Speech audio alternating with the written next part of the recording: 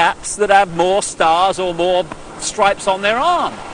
And you want people in the military to so give their mind away that when someone in a peaked cap says, shoot this group of people, then without saying, well, why, or what have they done to me, or whatever, it's all over. Yes, sir, yes, sir. The yes, sir mentality, mind control.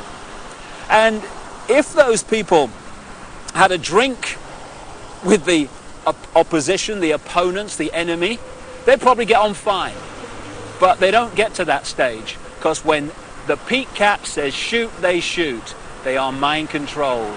And this is what the military is about. So you have mass mind control, you have individual mind control, and I'm just going to now walk just around the corner from here and take you to the headquarters of global mind manipulation. Mind control has been known about for a very, very long time.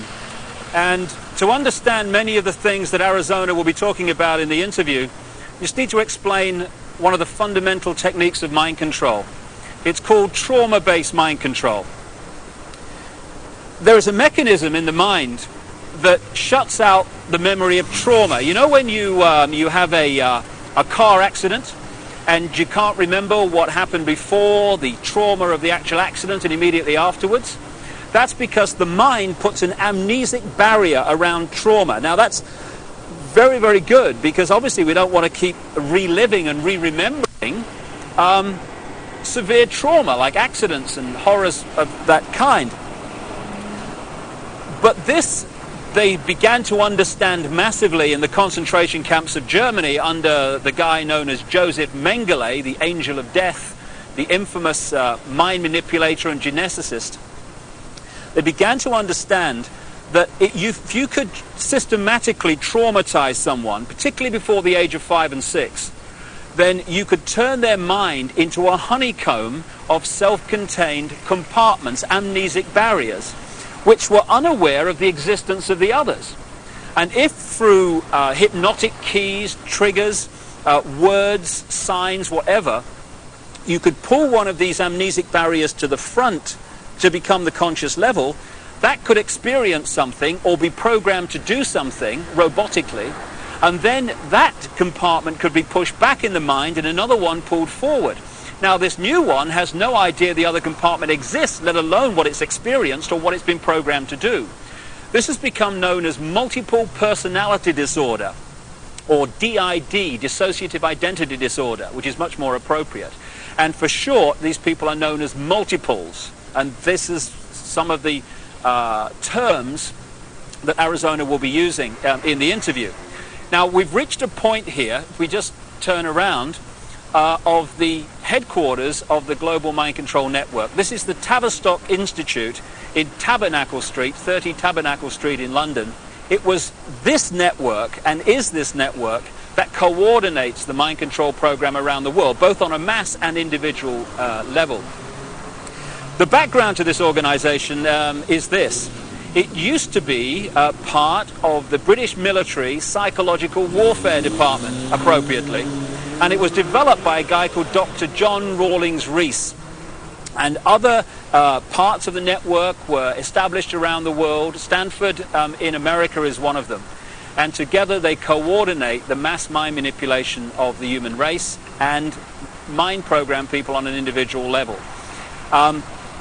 Just to give you an idea, these mind control people are overwhelmingly those that do the assassinations. Why is it always a lone nutter that's responsible for assassination? So people say, oh, he was just a nutter.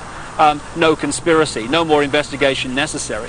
Why is it that the same psychological profile keeps turning up all over the world with guns, going crazy with guns in the street, killing people, creating problem, reaction, solution situations in which legislation comes through and is introduced as a result of those horrors?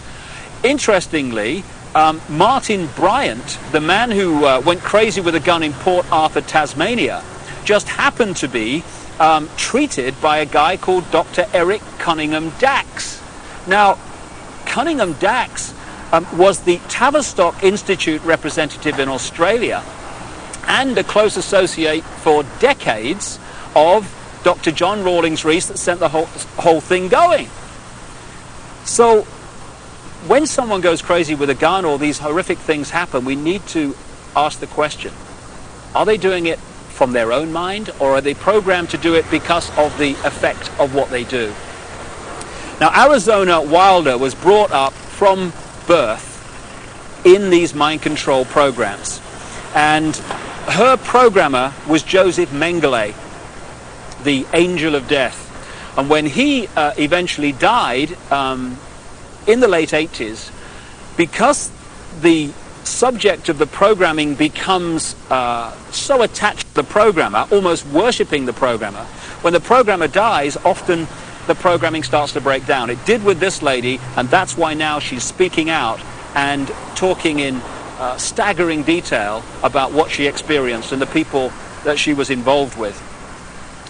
People might find it hard to believe that Joseph Mengele was in the United States and South America after the war, but there was a British intelligence, American intelligence operation called Project Paperclip, which got people like Mengele and other leading Nazis out of Germany at the end of the war to continue their mind programming and to continue their genetic research and manipulation in America after the war, in the United Kingdom also. So this is some important background to this Arizona Wilder interview, but it's not even the biggest secret. The biggest secret is even more bizarre than that. Well, I've now come literally a few strides outside of the official boundaries of the City of London into an area known as Temple Bar, where the Royal Courts of Justice are established, and this is the centre of the British legal profession. Not just the British legal profession, but the legal profession of the world, as The Biggest Secret exposes. This is where they come to the bar, as it's said, to become barristers, the top of the legal profession, and eventually to become the judges that are part of the network of the secret society network, overwhelmingly, who are told what to do. And when you've got judges being told what to do by the secret society network, what justice is there? Temple Bar is named after the Knights Templar, one of the secret societies in the ancient world that I talk about in my books, and they were part of this network, and their successors are continuing that manipulation and agenda to this day. Now, I'm standing across the road from the Royal Courts of Justice here, outside something called the Outer Temple. This is one of the major secret societies that manipulate and control the legal profession and the workings of so-called justice in Britain, and indeed, like I say, further afield. But the reason I've come here overwhelmingly is to point out something in the centre of the road here at the boundary between Temple Bar and the City of London. And it's a massive reptile figure, dragon figure, in the centre of the road. Now, we're getting into what the biggest secret is here, because when you go around London, and indeed looking at the coats of arms of the aristocratic families, etc., again and again you keep seeing reptiles, you keep seeing dragons, and you've got the serpent race and the dragon race constantly recurring in the ancient texts describing the gods of the ancient world. And there is a reason for this. There is a reason why dragons appear everywhere, and that is the biggest secret, which Arizona Wilder also has experienced. Right at the start of our little tour of London, in that square outside the Bank of England, it's also possible to see again this same theme that keeps reoccurring of flying dragons, of flying serpents.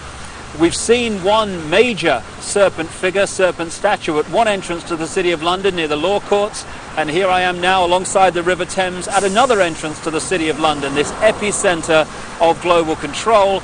And what do we have to signpost the fact that you're entering the City of London? Yet another flying dragon, this one holding the shield with the red cross and the white background, this ancient symbol that I talked about, with the flag on top of the Mansion House and the flag of England, the flag of St. George. So what's going on? Why, when you look at the ancient accounts of the ancient gods, do you again and again see this reoccurring theme of the serpent race, the serpent gods, the flying serpents? Why, in my research for The Biggest Secret, have I come across a stream of people from different walks of life all over the world who have told me the same thing, that they have seen, to their astonishment and amazement, they've seen key people in positions of power just demanifest from being a human physical form and become before their eyes a reptile